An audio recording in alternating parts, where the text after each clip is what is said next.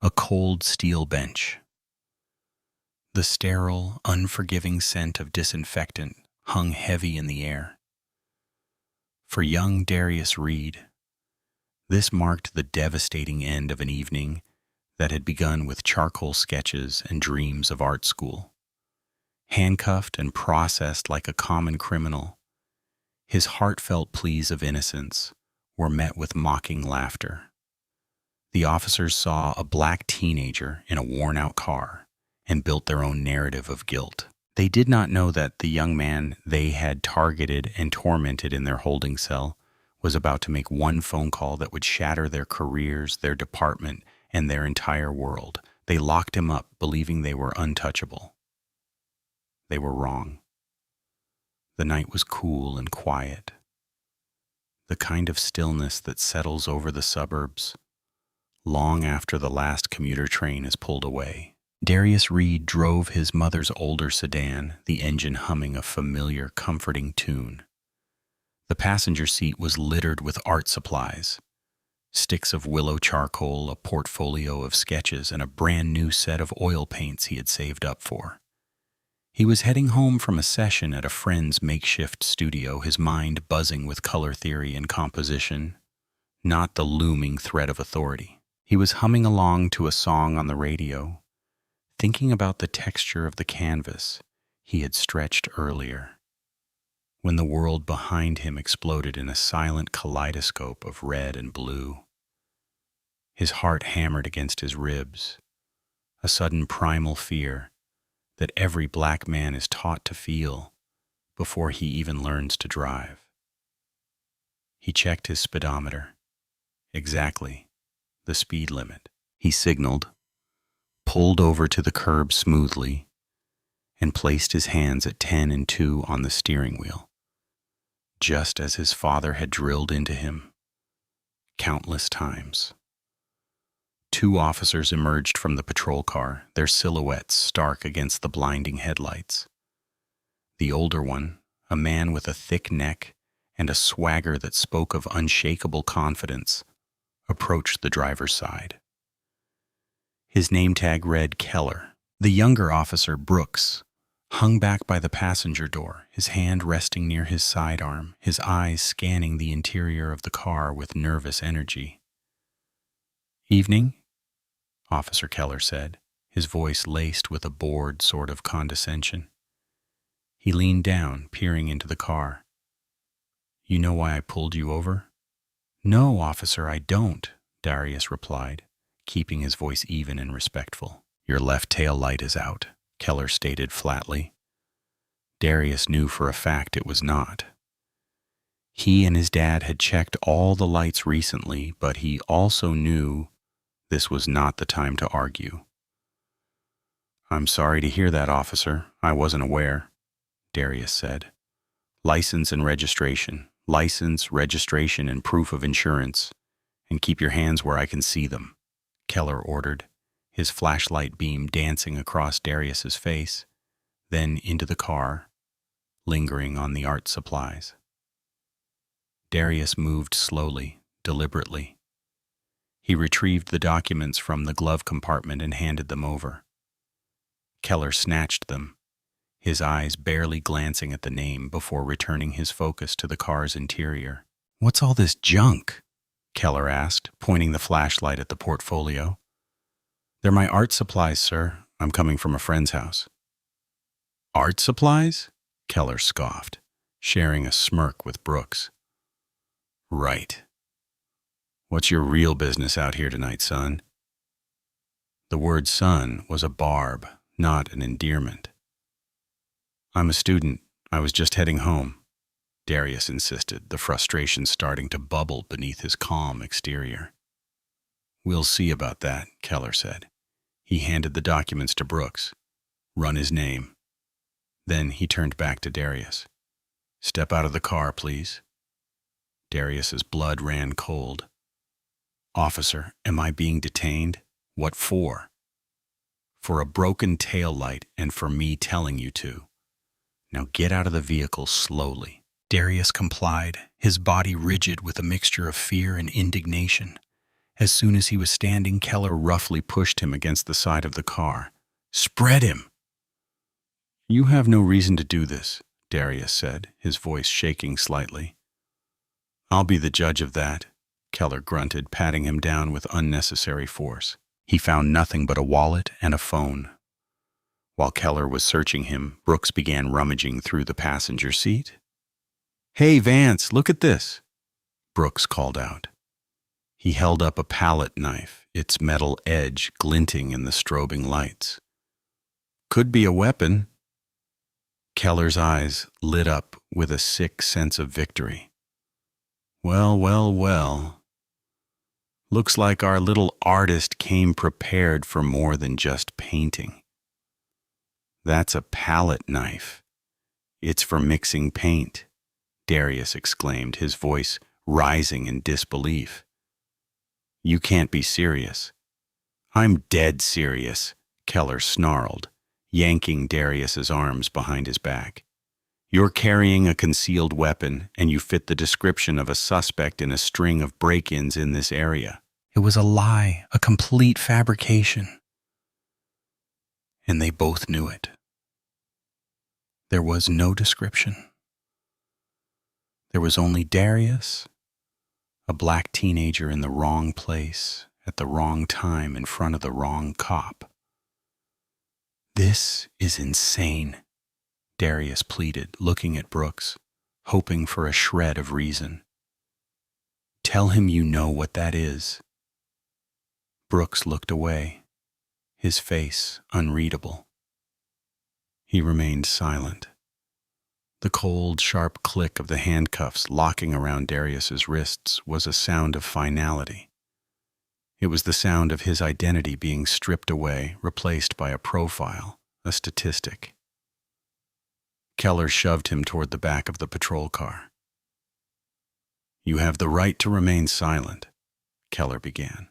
The words were a hollow mockery of justice. As the car door slammed shut, trapping him in the cramped plastic-molded seat, Darius looked out at his mother's car, its perfectly functional tail light glowing a defiant red in the darkness. In that moment, he was not the governor's son. He was not an artist or a student. He was just another black body in the system, swallowed by the glare of red and blue.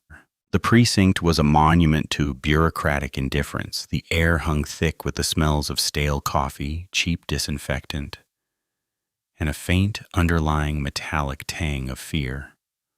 Officer Keller paraded Darius through the main bullpen as if he were a prize catch, his hand clamped firmly on Darius's shoulder. The few officers still on duty barely looked up from their paperwork, their faces etched with the weary cynicism of the night shift.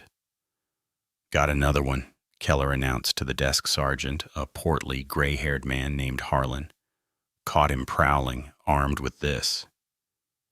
He dropped the palette knife into a plastic evidence bag with a theatrical flourish. Sergeant Harlan peered at the knife, then at Darius, his gaze dismissive. "An artist, huh? What was he going to do? Paint a masterpiece on the side of a house he was robbing?" He chuckled a dry, humorless laugh. "Something like that," Keller said, shoving Darius toward the booking desk. "Let's get him processed." The following process was a blur of calculated humiliation. Darius was ordered to remove his shoes and his belt. His pockets were emptied. Their meager contents, a tube of chapstick, a few dollars, and a key to his house, cataloged and sealed away. He was fingerprinted, the cold, sticky ink coating his fingers, staining the very skin he used to create. The camera for the mugshot flashed, capturing not a person, but a suspect. Head forward, then profile, his expression a mixture of disbelief and simmering rage. Through it all, Darius tried to maintain his composure. "You have the wrong person," he said to Sergeant Harlan, his voice steady despite the tremor in his hands. "My name is Darius Reed. My father is—" Harlan cut him off with a wave of his hand. Yeah. I've heard it all before, kid. My father's a lawyer. My uncle's a judge. Save it. You get one phone call after you're in the cell." They led him down a short, echoing hallway to the holding cells. The clang of the heavy metal door shutting behind him was deafening. A sound of absolute finality. The cell was tiny, cold, and smelled faintly of vomit and despair. A single metal bench was bolted to the wall. He sat down, the cold seeping through his jeans, and put his head in his hands. Back in the patrol car, Officer Brooks drove in silence, the tension thick enough to cut, with the palette knife now sitting in evidence. Keller, on the other hand, was buzzing, high on the adrenaline of the arrest. "See how easy that was?" Keller said, tapping a rhythm on the dashboard. "Textbook. Kid was lippy, had a weapon. Matched the bolo we got last week." "There was no bolo, Vance," Brooks said quietly, his eyes fixed on the road. "And you know that was a painting tool." Details, Keller scoffed. "It's a blade, isn't it? He's a punk. Looked suspicious the second I saw him. My gut is never wrong. We put a good arrest on the books tonight. The lieutenant will be pleased." Brooks did not respond. He felt a knot tightening in his stomach. He had seen Keller do this before. Escalate a minor stop, invent a pretext, and bully his way to an arrest. Brooks was a relatively new officer on the force, and Keller was his training officer, a respected veteran. Questioning him meant trouble. It meant being labeled soft, meant risking his own career.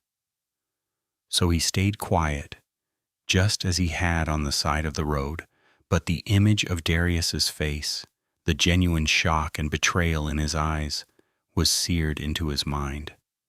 This felt different. This felt wrong. In his cell, Darius was finally given his phone call. The guard led him to a grimy phone bolted to the wall. He dialed his father's personal number, his heart pounding with a desperate hope. It rang once, twice, 3 times, then went to voicemail. "You've reached Marcus Reed. Please leave a message." Darius's throat tightened. His father was likely in a late-night budget meeting, his phone silenced. "Dad," Darius began, his voice cracking. "Dad, it's me. I've been arrested. I'm at the Northwood Precinct. Some cop named Keller. He said my tail light was out, but it wasn't. He found my palette knife and called it a weapon. Dad, I didn't do anything. Please call me back. I don't know what to do." He hung up the phone, the feeling of hopelessness washing over him like an icy wave. The guard led him back to the cell, the metal door groaning shut once more. He was alone, trapped inside the cold, impersonal machinery of a system that had already decided who he was. And the one person who could help him had no idea he was even there. Governor Marcus Reed rubbed his temples, the fluorescent lights of the conference room, leaving a dull ache behind his eyes. The state budget meeting had dragged on for hours, a grueling marathon of fiscal projections and political compromises. Finally, the meeting was over. He walked wearily back to his private office in the Capitol building, loosening his tie. All he wanted was to go home, pour a small glass of whiskey, and forget about state deficits until morning. He sank into his leather chair and picked up his phone, wincing at the string of missed notifications. Most were from his chief of staff and various department heads, but one stood out. A missed call and a voicemail from Darius. A small smile touched his lips. He imagined Darius was calling to complain about his mom's car, or to ask for money for more art supplies. He pressed play on the voicemail, leaning back in his chair. The sound of his son's voice, strained and cracking with fear, shot him upright. "Dad, I've been arrested. Northwood Precinct, Keller, palette knife, a weapon. I didn't do anything." The world around Marcus Reed went silent. The budget, the state, the late hour, it all vanished. The governor disappeared, and in his place was only a father, his heart seized by a cold, terrifying dread. He played the message again, listening to every tremble, every desperate word. Northwood, that was a quiet, affluent suburb. What in God's name was going on? His mind raced, piecing it together. Darius, driving his mother's unassuming car, profiled and pulled over. An ambitious or prejudiced cop escalating the situation. It was a story he had heard 1,000 times, a reality he had fought against his entire political career. He had always tried to shield his son from the harsh realities that came with being a young black man in America. But the world had found him anyway. A wave of pure, unadulterated fury washed over him.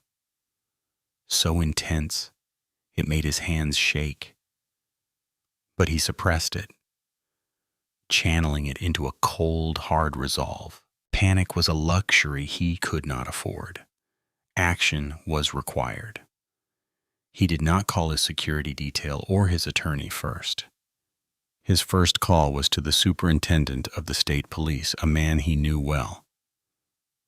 "Colonel Whitaker, this is Governor Reed. I apologize for the late hour."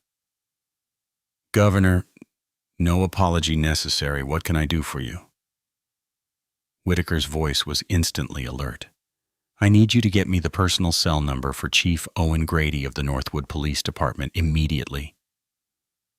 There was a brief pause. "Is everything all right, sir?" "No, Colonel, it is not. My son has been arrested and is being held at the Northwood Precinct. I want Chief Grady's number, and I want you to have a state trooper meet me there. Unmarked car, no sirens." "Right away, Governor." Moments later, his phone buzzed with a text message containing the number. He dialed it without hesitation. It was answered on the second ring by a groggy voice. "Grady?" "Chief Grady, this is Governor Marcus Reed." The fogginess in the chief's voice evaporated instantly. "Governor, to what do I owe the honor? Is everything okay?" "No, Chief, it's not," Marcus said, his voice dangerously quiet. "I just received a voicemail from my son, Darius Reed. He tells me he's currently a guest in one of your holding cells, arrested by an officer named Keller. Perhaps you can explain to me why my son, an art student with no criminal record, was arrested tonight for carrying a palette knife." The silence on the other end of the line was profound. Marcus could practically hear the gears turning in Grady's head, the frantic search for information, the dawning horror. "Governor, I had no idea," Grady stammered. "I'm not at the precinct. I haven't been briefed on the night's arrests." "Then I suggest you get briefed, Chief, and I suggest you do it quickly." Marcus's voice was like ice. "I am on my way to your station right now. I expect my son to be waiting for me in your office, unharmed, and I expect a full and complete explanation for this incident. Am I making myself clear?" "Crystal clear, Governor.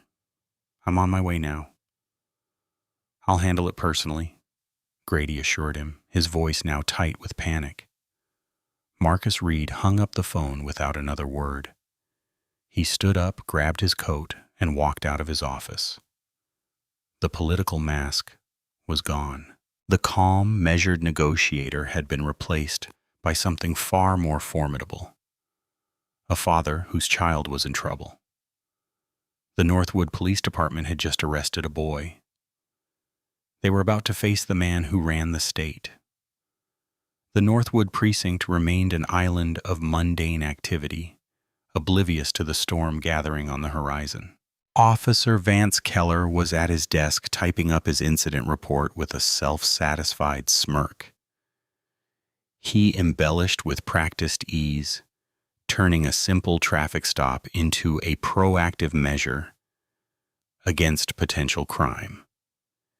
He described Darius's confusion as evasiveness and his pleas of innocence as belligerence. The palette knife was logged as a modified blade concealed within the vehicle. It was a work of fiction designed to justify his actions, a fortress of words, to protect him from any scrutiny.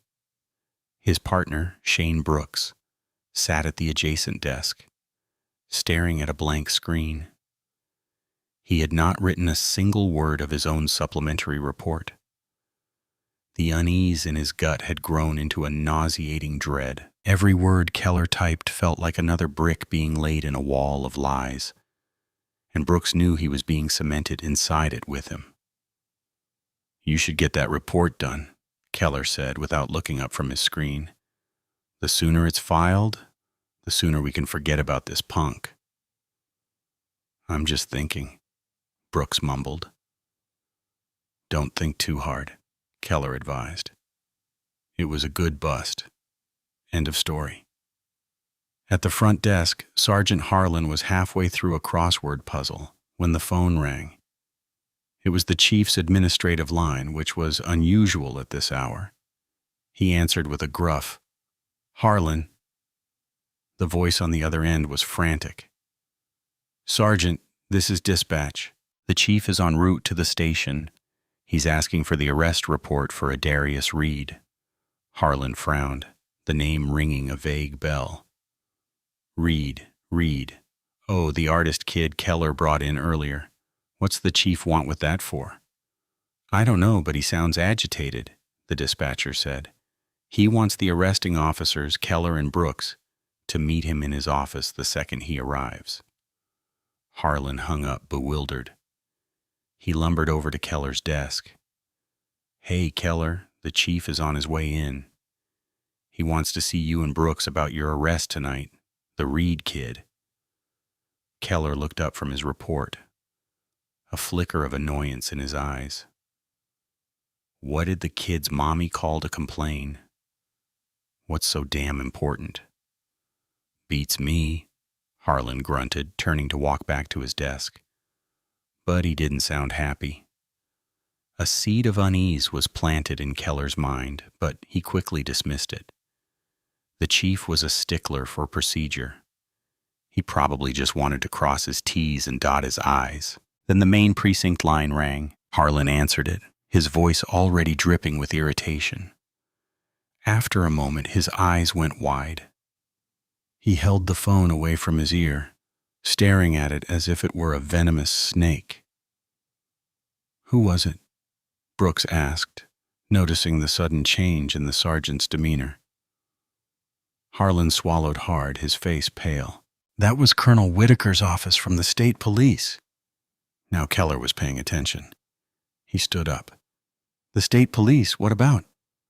"They wanted to confirm that a minor by the name of Darius Reed was in our custody," Harlan said, his voice barely a whisper. "And they informed me that Governor Marcus Reed is personally en route to this precinct." The name hit the room like a physical blow. Governor Marcus Reed. Keller stared at Harlan, his mind refusing to connect the dots. Reed. No way. The kid in the cell. Brooks felt the blood drain from his face, the name on the registration.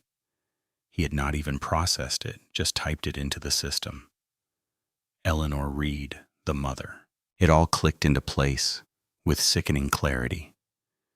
He looked at Keller, whose cocky bravado had completely vanished, replaced by a ghastly, ashen terror. "Vance," Brooks whispered, his voice trembling. His dad.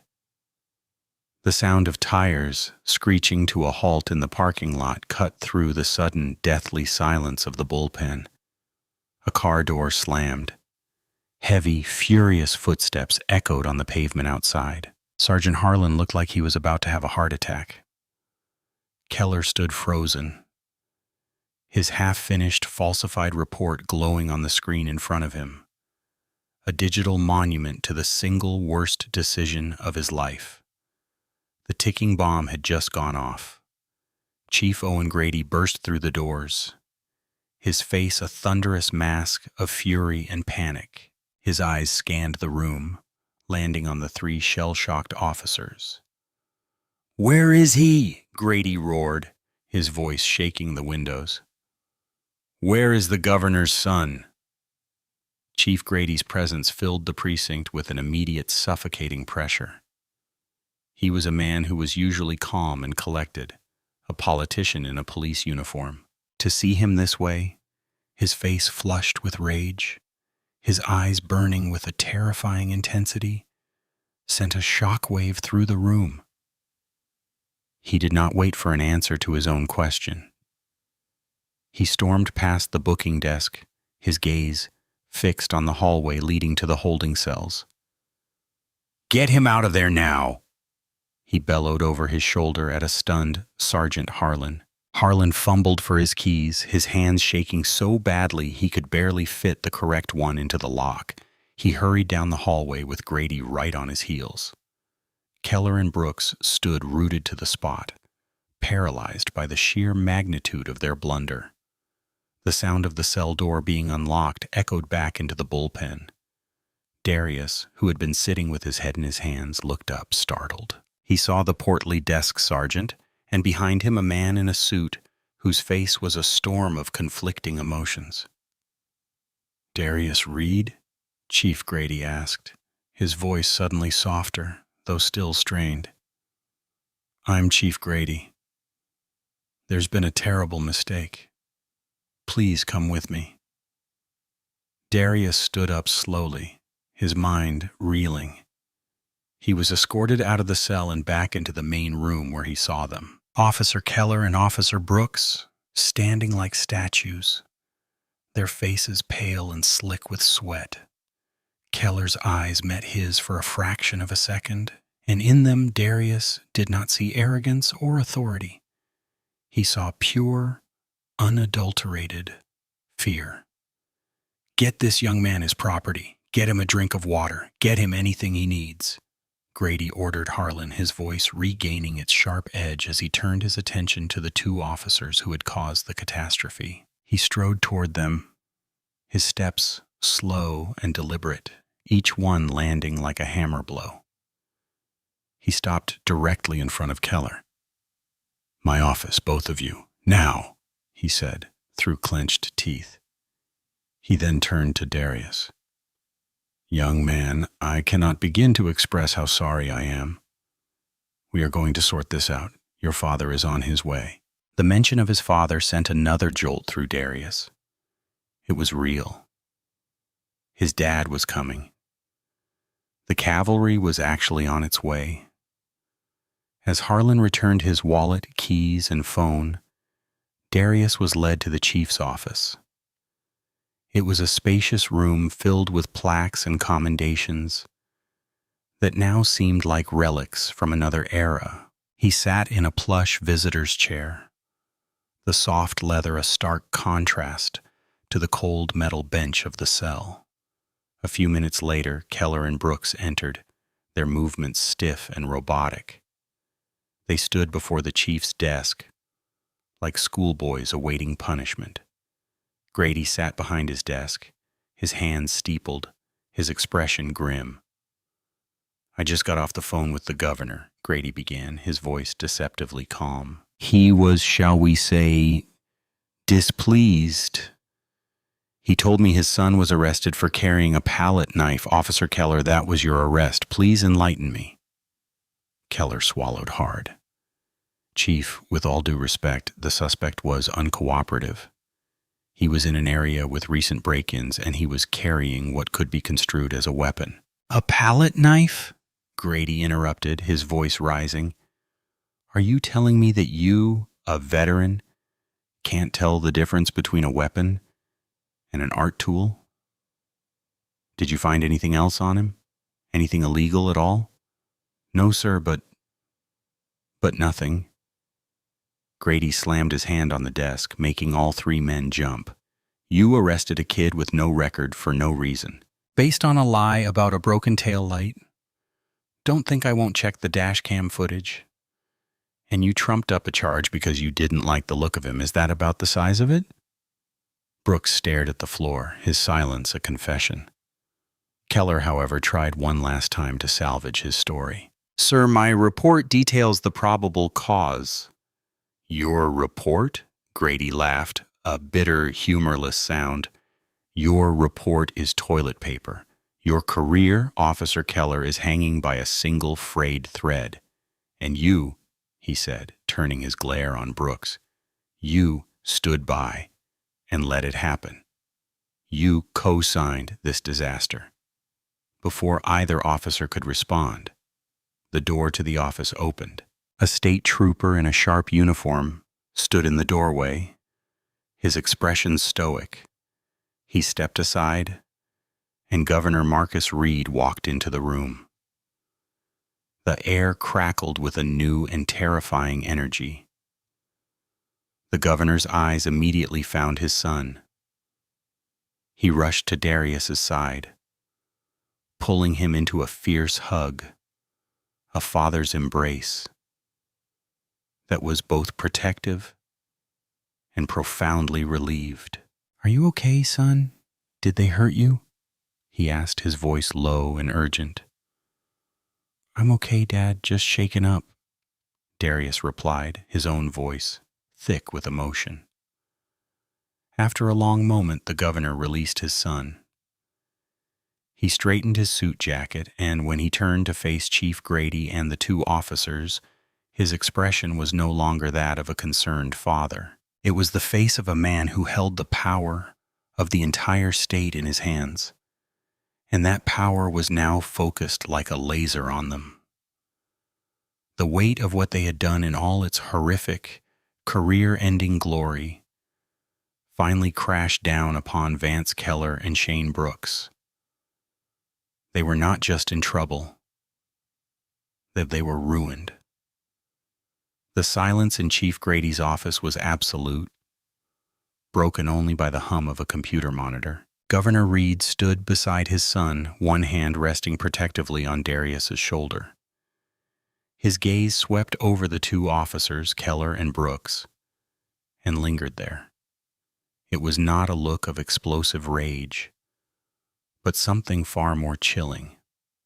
A calm, methodical dissection. He was sizing them up, not as a politician, but as a predator assesses a threat. "Chief Grady," the governor began, his voice a low, resonant baritone that commanded immediate attention. "I believe I am owed an explanation, but first I want to see the report the one Officer Keller was so diligently fabricating." The word fabricating hung in the air like poison. Chief Grady slid a freshly printed copy of Keller's report across his desk. The governor picked it up, his eyes scanning the first few lines. A muscle twitched in his jaw. He read aloud, his voice dripping with icy contempt. "Upon observing a vehicle with a non-functioning tail light, I initiated a standard traffic stop. The driver, later identified as Darius Reed, displayed unusual nervousness and provided evasive answers to routine questions." He lowered the paper and looked directly at Keller. "Officer Keller, my son's tail light is fully functional. I know this because I helped him replace the bulb myself recently. I've also seen your department's dash cam policy. I trust the footage from your vehicle will corroborate your statement." Keller's face, already pale, turned a shade of gray. He knew, and everyone in the room knew, that the dash cam would show a perfectly working light. His foundation The very pretext for the stop was a lie. I may have been mistaken about the light, Governor, Keller stammered, but his demeanor was suspicious. Suspicious? The governor countered, taking a step forward. My son has been taught since he was a boy how to behave when stopped by the police. He knows to be respectful, to keep his hands visible, to answer questions clearly, a behavior you might interpret as nervousness. I would interpret as the terror of a young black man who knows that a routine stop can become a death sentence. A terror, it seems, was entirely justified tonight. He turned his piercing gaze on Brooks. Officer Brooks, you were there. Did you witness this suspicious demeanor? Brooks looked up, his eyes wide with panic. He glanced at Keller, then at the governor. He opened his mouth, but no sound came out. The truth was a boulder in his throat. The governor did not wait for an answer. He turned the page of the report. Let's move on. A search of the vehicle's interior revealed a concealed modified blade, approximately 6 inches in length. A palette knife. He let the words hang in the air. You arrested my son for being an artist. It could be used as a weapon? Keller blurted out, a desperate edge to his voice. A fork could be used as a weapon, officer, the governor shot back. A pen, a set of keys. You did not arrest him because he had a dangerous tool. You arrested him because he was a black kid in a neighborhood you felt he did not belong in. You saw him, and you decided he was guilty. You built this entire tower of lies to justify a decision you made in a split second of pure, unadulterated prejudice. He tossed the report onto Grady's desk. It landed with a soft, damning thud. This is not about my son being the governor's son, he continued, his voice dropping again to that dangerous quiet level. If he were anyone else's son, he would be sitting in that cell right now. He might have been coerced into a plea bargain tomorrow. His life could have been irrevocably damaged by your gut feeling. This stops tonight. He turned to Chief Grady. Chief, I want both of these officers suspended, effective immediately. Their firearms and badges are to be surrendered before I leave this building. I expect a full, transparent, and exhaustive internal affairs investigation, and I want the state's attorney general to oversee it personally to ensure there is no departmental bias. Yes, Governor, Grady said, his voice grim.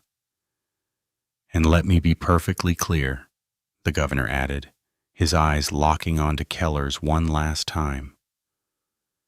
If this investigation finds that you falsified a police report, I will ensure you are prosecuted to the fullest extent of the law. Your career in law enforcement is over. The only question now is whether you will end it with a pension or with a prison sentence. The finality of his words was absolute. There was no room for argument, no space for appeal. It was a declaration of war on their actions, delivered with the cold precision of a surgeon. Governor Reed put his arm around Darius. Come on, son, let's go home. As they walked out of the office, Darius glanced back. He saw Chief Grady taking the badges from 2 men who looked utterly broken. In that moment, he felt a sliver of pity, but it was quickly eclipsed by a profound sense of relief. The cold fury of his father had done more than just rescue him. It had started a fire that promised to burn away the corruption that had put him in that cell in the first place. Following his release, the Northwood Police Department became a fortress under siege, not from the outside, but from within. Governor Reed was true to his word. 2 senior investigators from the Attorney General's office, led by a sharp, no-nonsense detective named Lena Holloway, had arrived. They requisitioned Chief Grady's conference room, turning it into a command center for the investigation. Their mandate was clear and absolute. Find the truth, no matter where it led. Detective Holloway began with the evidence. The first thing she reviewed was the dash cam footage from Keller and Brooks's patrol car. The video was damningly clear. As the cruiser pulled up behind Darius's sedan, both taillights were visibly illuminated, glowing a steady, healthy red against the dark asphalt. The audio captured Keller's initial comment to Brooks. "Look at this guy. Doesn't belong here. Let's see what he's up to."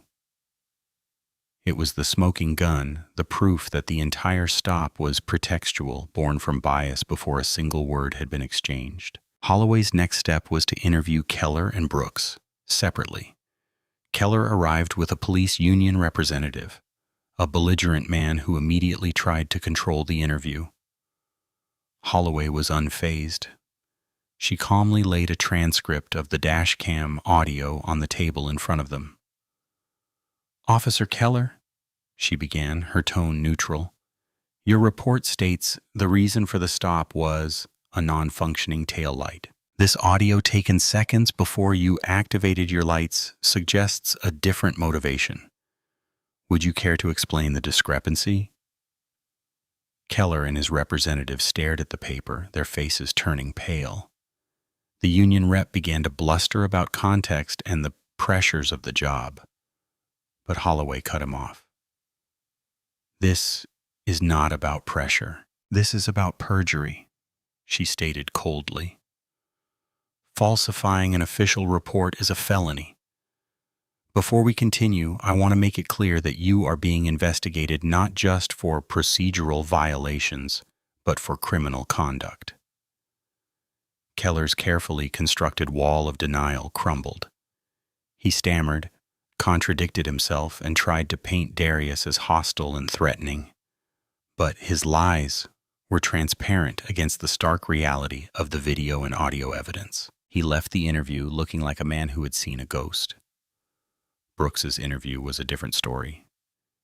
He arrived alone, looking as though he had not slept in days. The guilt was etched on his face. When Holloway presented him with the same evidence, he did not try to fight. He broke.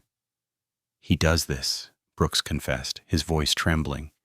"Vance, he calls it proactive policing. He sees someone he thinks is out of place, and he finds a reason, a taillight, a California stop, anything. He has a gut feeling and he makes the evidence fit." For the next 2 hours, Brooks recounted not just the events of that night, but other similar incidents he had witnessed. He explained how he, as a junior officer, felt powerless to challenge a decorated veteran and his training officer. He admitted he knew the palette knife was harmless and that he remained silent out of fear for his career. "I knew it was wrong," he said, his voice thick with shame. When Darius looked at me, I knew. But I did not do anything. I'm just as guilty." While the interviews were underway, the story inevitably leaked to the press. A source within the AG's office, or perhaps a disgruntled officer in the Northwood PD, tipped off a local news channel. By midday, the headline was everywhere. "Governor's son, wrongfully arrested, officers suspended." The precinct was surrounded by news vans, their satellite dishes pointed at the sky like accusing fingers. The fallout was immediate and catastrophic for the department's reputation. Chief Grady was forced to hold a press conference where he was hammered with questions he could not fully answer. He looked haggard and defeated, announcing the ongoing state investigation and promising full cooperation and transparency. Meanwhile, the Reed family was weathering their own storm. They were barraged with calls from friends, political allies, and opponents. Marcus Reed shielded his family as best he could, issuing a single powerful statement. This incident has shed a harsh light on the reality that many in our communities face daily. This is not about my son's identity. It is about the abuse of power. I will be using my authority not just to seek justice for Darius, but to ensure that what happened to him happens to no one else in this state, regardless of who their father is. Darius found himself an unwilling symbol. His face was on every screen, but instead of hiding, he turned to his art. He locked himself in his room, not with charcoal and paint, but with a new, furious energy. He began to sketch the flashing lights, the cold steel of the handcuffs, the mocking face of Officer Keller, and the despair of the holding cell. It was his way of processing the trauma, of turning his fear and anger into something tangible, something that could speak when words failed. The investigation was exposing the lies, but his art would tell the truth. As the investigation progressed, the investigation led by Detective Holloway concluded with a report that was as meticulous as it was damning. It was a systematic deconstruction of Officer Vance Keller's career, revealing a clear pattern of biased policing and falsified reports, particularly in stops involving minorities. Shane Brooks's testimony, corroborated by the dashcam evidence and a review of past complaints that had been previously dismissed, painted an undeniable picture of corruption and abuse of power. The Attorney General, armed with the report, acted swiftly. Officer Vance Keller was fired from the Northwood Police Department, his veteran career ending in disgrace. But it did not stop there. He was formally charged with multiple crimes: perjury, falsifying a government record, and a federal charge for the violation of Darius Reed's civil rights. The good bust he had bragged about had become the nail in his coffin. Shane Brooks, due to his full cooperation, faced a different fate. He was also terminated from the force, but the Attorney General declined to press criminal charges against him. In a public statement, the AG noted that while Brooks's inaction was a serious ethical failure, his testimony was crucial in securing the case against Keller and exposing a deeper problem. Brooks left the state, his dream of a career in law enforcement shattered, a walking cautionary tale of the cost of complicity. Chief Owen Grady, facing immense public and political pressure, tendered his resignation. While the investigation found no evidence that he was aware of Keller's specific actions, he took responsibility for the culture in his department that allowed such behavior to fester.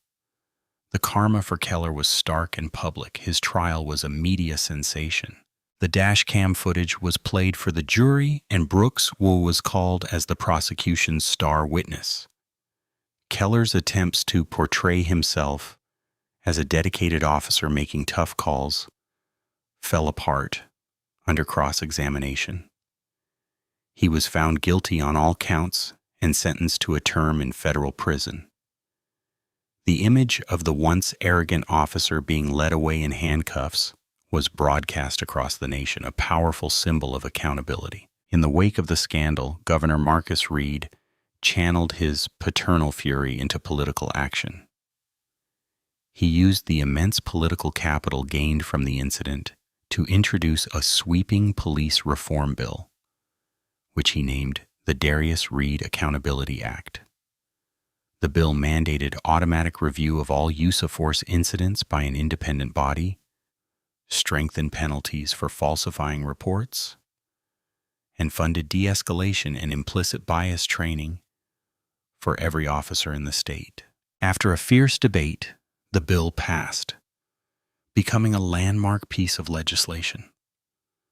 Darius, once a private art student, stepped into his new role as a reluctant public figure with quiet grace.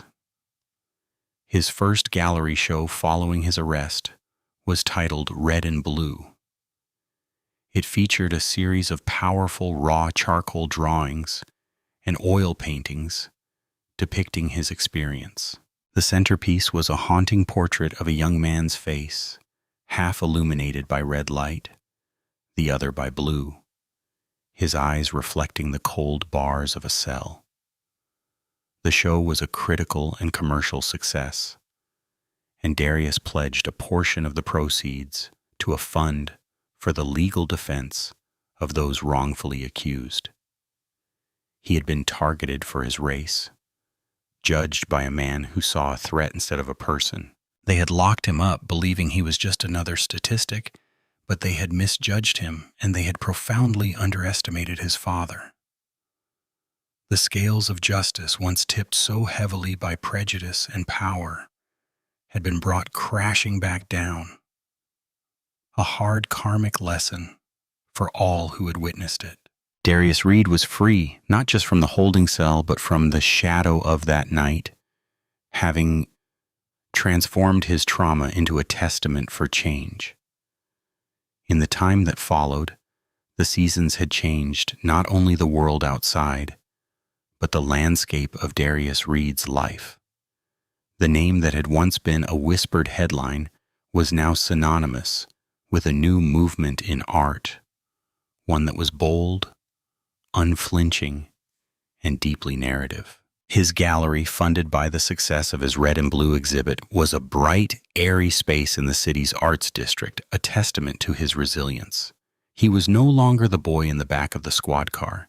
He was a man who had taken control of his own story. One crisp autumn afternoon, while curating a new show, his assistant handed him the mail. Among the gallery announcements and bills was a plain white envelope with no return address, postmarked from a town he recognized as the location of a federal penitentiary. His heart gave a slight involuntary lurch. He opened it. The letter was from Vance Keller. The handwriting was cramped and angry. It was not a letter of apology. It was a venomous, self-pitying tirade. Keller wrote of his stolen career, his ruined life, and the injustice of his imprisonment. He accused Darius of using his father's power to exact a personal vendetta. "You and your father think you're heroes," the letter concluded, "but all you did was ruin a good cop's life over a misunderstanding. I hope you're happy." Darius read the letter twice. The first time, a flicker of the old anger returned. The second time, he felt nothing but a profound sense of pity. Keller had not learned a thing. He was still the same man, trapped in the same cycle of blame and prejudice. His prison was not just the one made of concrete and steel. It was the one he had built in his own mind. And he would likely never be free. Darius folded the letter, walked to the industrial shredder in his office, and fed it into the machine. He watched as Keller's bitter words were turned into meaningless confetti. He would not allow the man a single moment more of his energy.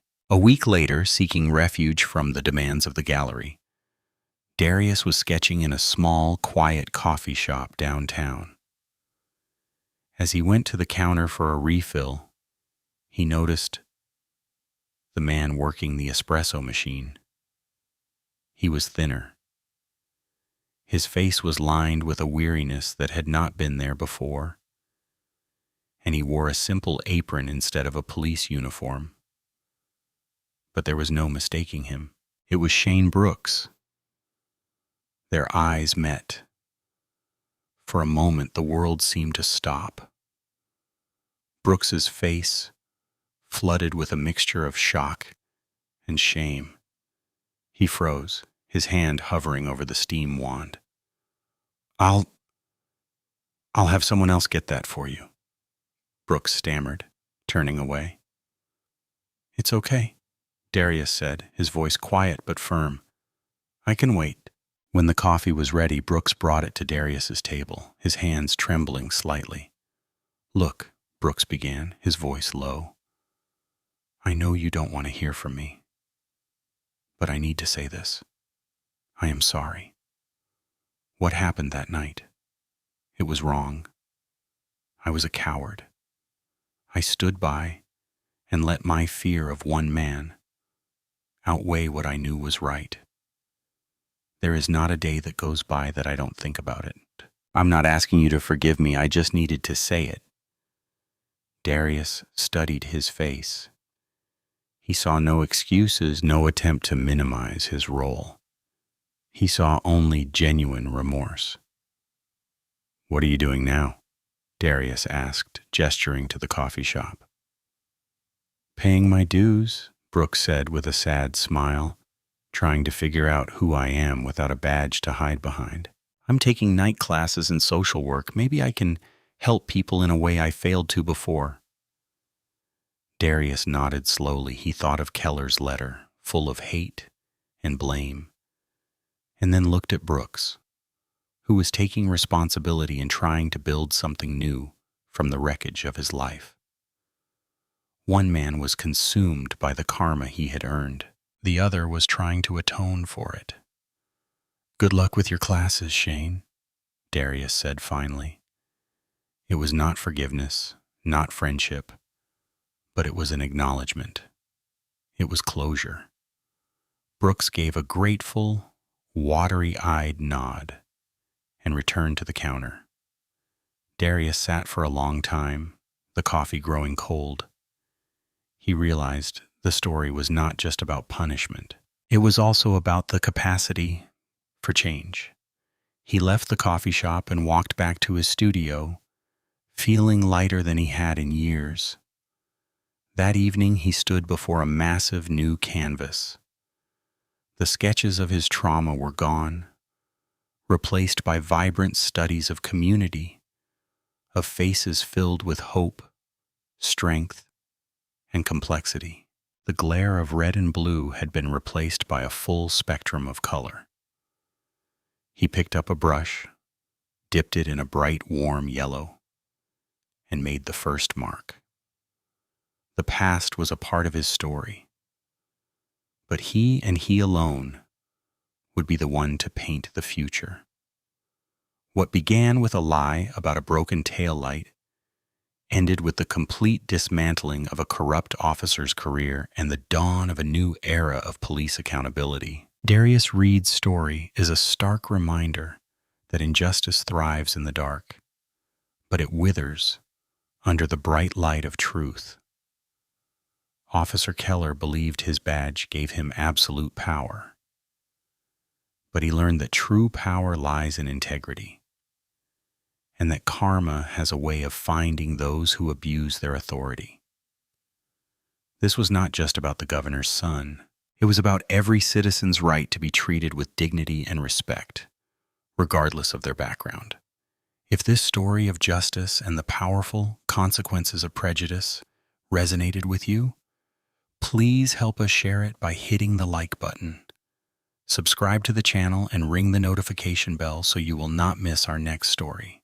And share this video with others because every share helps spread the message that no one is above the law. Thank you for listening.